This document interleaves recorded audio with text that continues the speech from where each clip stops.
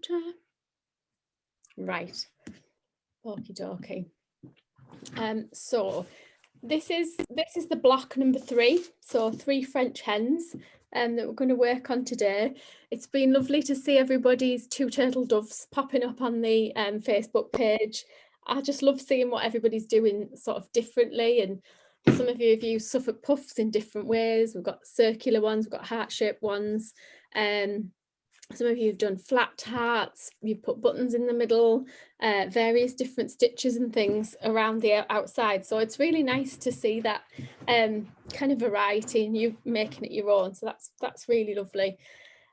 So today, again, it's similar technique in terms of appliquing, so getting the hen down and using the bond web to applique that down. And then we've introduced a couple of new stitches. So the blanket stitch, we've got the running stitch that we did last time. So that's very similar on here, with the little chain stitches coming off each side.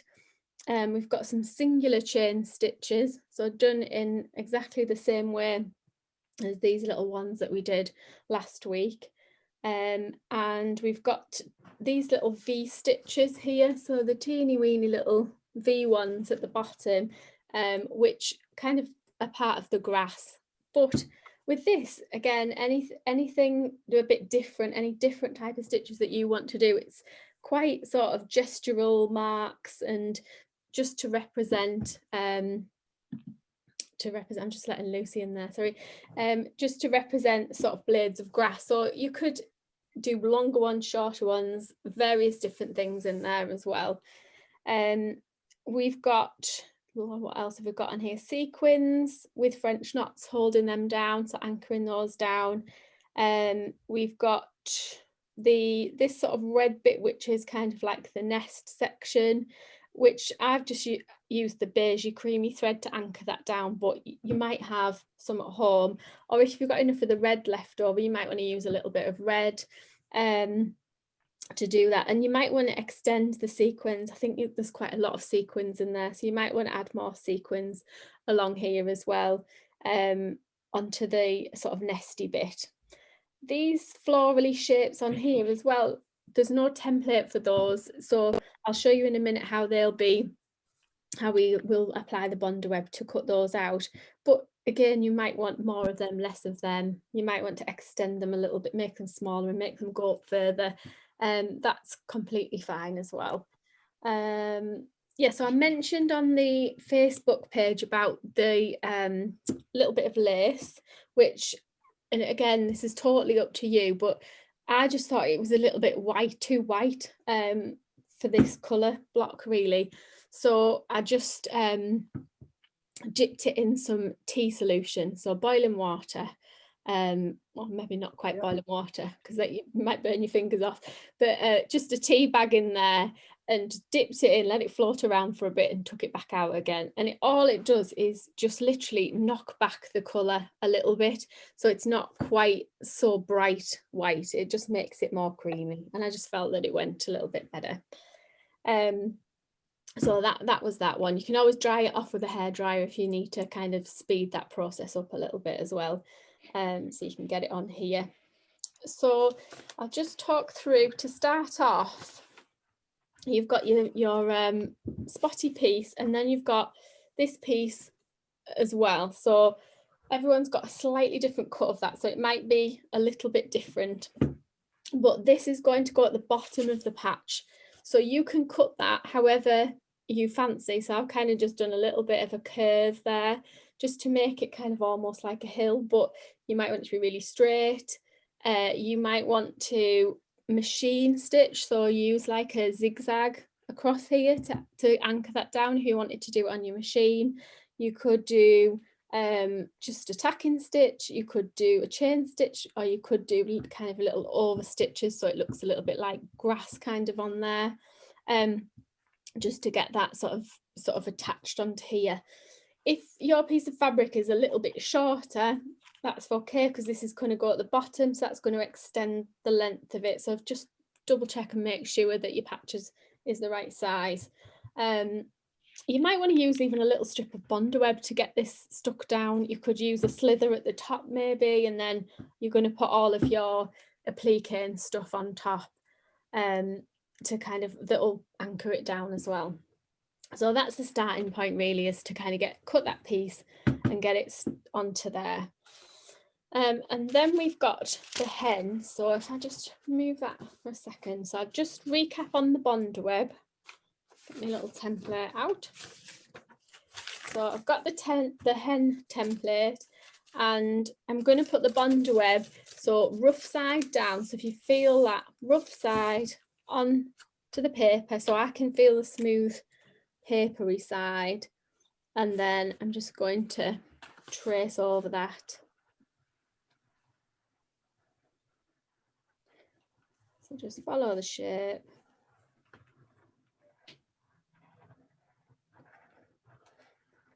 All the way over like that. And then I'm going to just cut this out kind of just quite roughly at this point while it's on the Bondaweb. So once it's stuck to the fabric, kind of got a bit more stability there. So on the back of the fabric, so again, this peachy one doesn't really have a back and a front side, so it doesn't matter too much. Well, it might be slightly more shiny actually on one side, so I'll stick it on the matte bit. It wouldn't matter too much. So I'm going to iron that down. So I've got it, so with the rough side is stuck onto the back of the fabric. So at this moment in time, it's facing the same way as the template shows there when it's stuck down. And it's the next step that reverses that. So I give that a good iron down. And then we're going to cut this out more precisely. So following the lines, I'm going to just cut around that. And it is much easier to cut at this point because you've got that kind of extra strength of the Bondaweb being on it and it's stuck onto the fabric. I just cut into these little bits.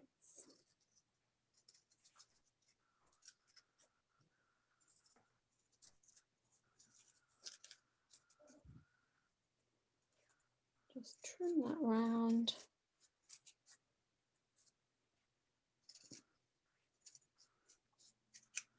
Okay, so then we're at that point there. So we've got our shape cut out.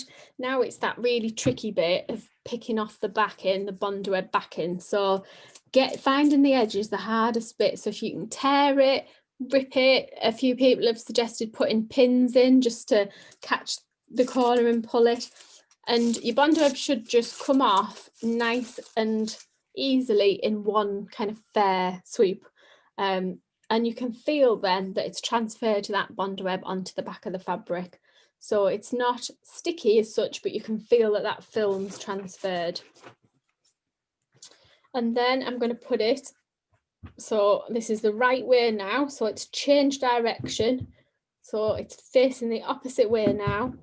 And with my iron, I'm just going to iron over that to get that stuck down.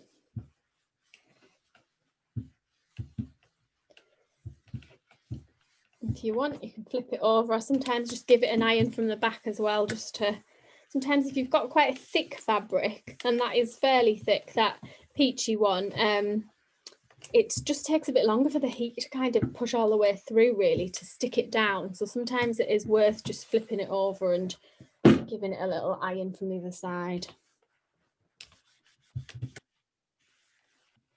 And that just sticks your shape down. So that's the Bondaweb again. So that's just to recap on that one. So with this, we've got a blanket stitch all the way. I don't know if that's frozen.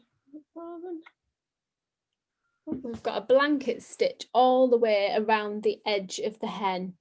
So if we're doing that, it's probably best that I show you actually on the hen,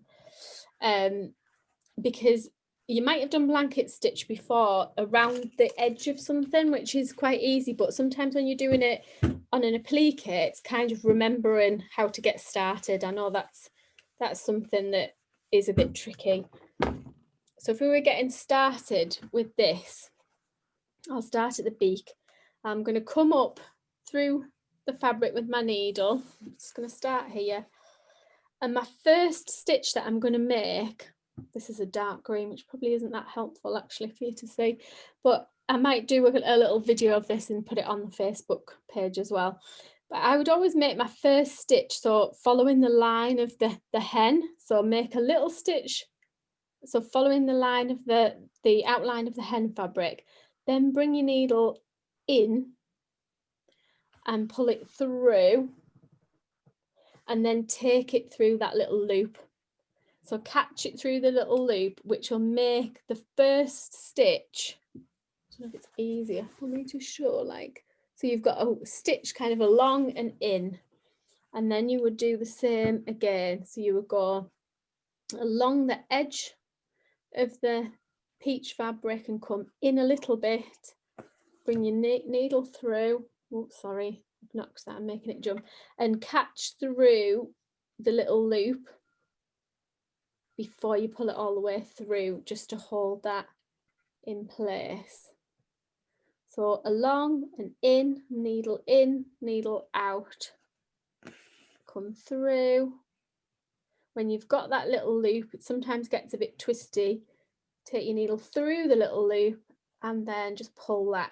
And it's kind of a fine balance of not pulling it too much because the stitches get a little bit distorted, but being firm enough so that you get a nice sort of edging on it.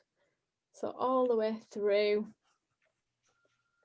and pull that. So I don't know how well you can see that, but it's starting to create an edging stitch along there.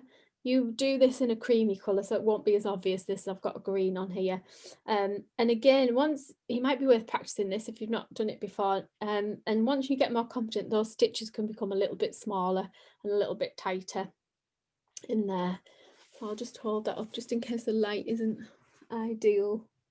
There, so blanket stitch all the way around the edge of the hen.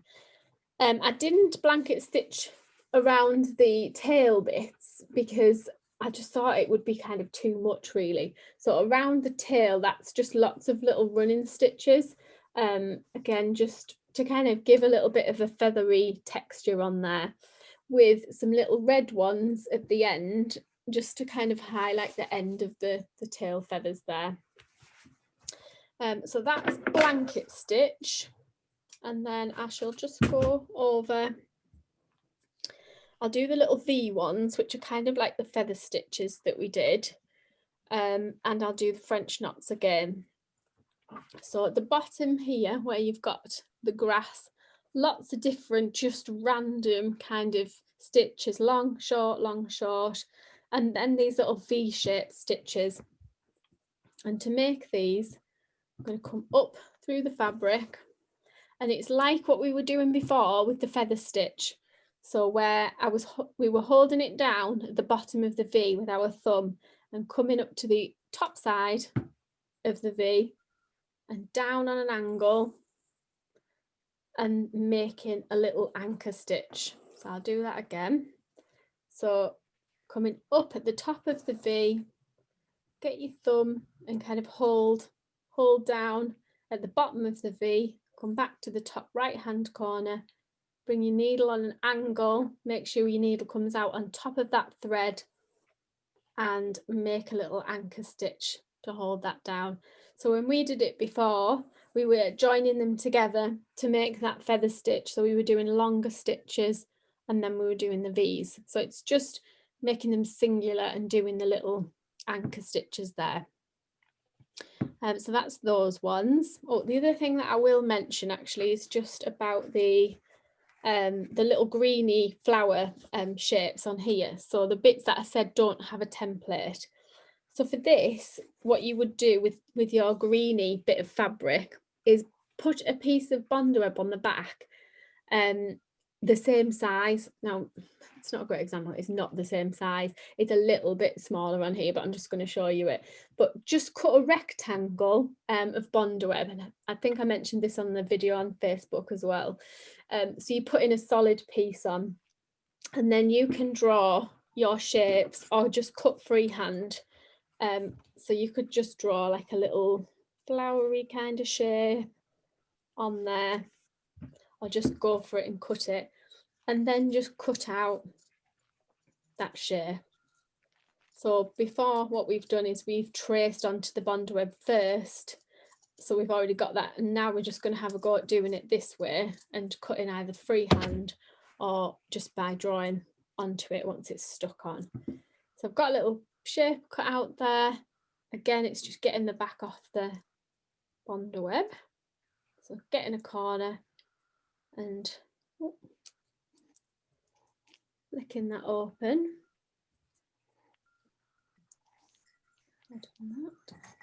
Tricky that, there we go. And then we're going to just put that in place wherever we want. So you might want to position them down first and then have a look and move them around a little bit. And then I'm just going to iron that in place. So just give that another little iron. So that's how we're going to do those shapes. So rather than tracing, we're doing a solid block on the back of the green fabric. So that's that one. And then I'll show you French knots. And then I think that's everything. And if anyone's got any questions or needs to see anything again or anything, we can do that. So with the French knot, what I always find is it's good to either have it in a hoop or just be able to put it down on the table, because I always think I need two hands to be able to do this. I was trying to show someone a French knot the other week on a Zoom tutorial without this thing, and it was so difficult. I was trying to hold it do it like this. Oh, anyway, so come up through the fabric. I'm going to take hold of the thread. So I'm right-handed, so I'm going to take hold of the thread between my finger and my thumb on my left hand. So I've kind of got that nice and sort of taut. I'm holding on to that. I've got the tension there.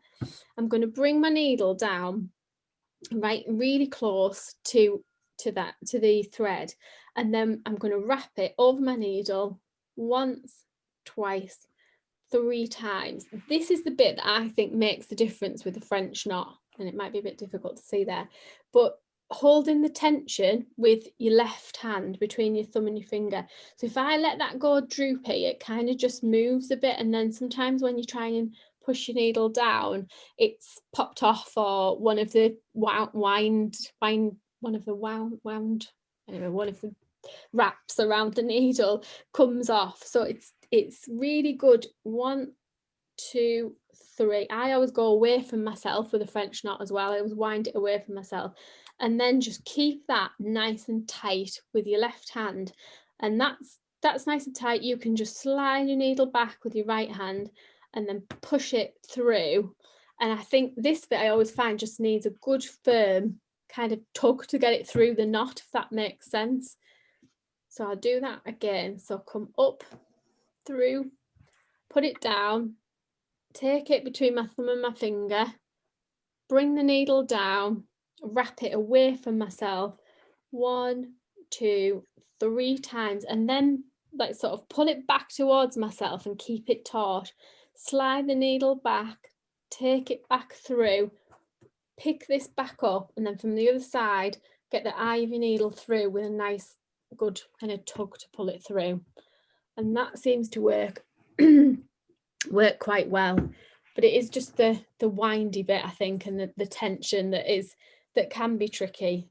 But I think doing it in that way and winding it away from myself, I've kind of found works for me. So I hope that's helpful. So what I'll do is I'll turn off the recording now, and then if anyone's got any questions or anything, or if you want to share what you've been doing, shows you with the patches or shows you progress, that would be great.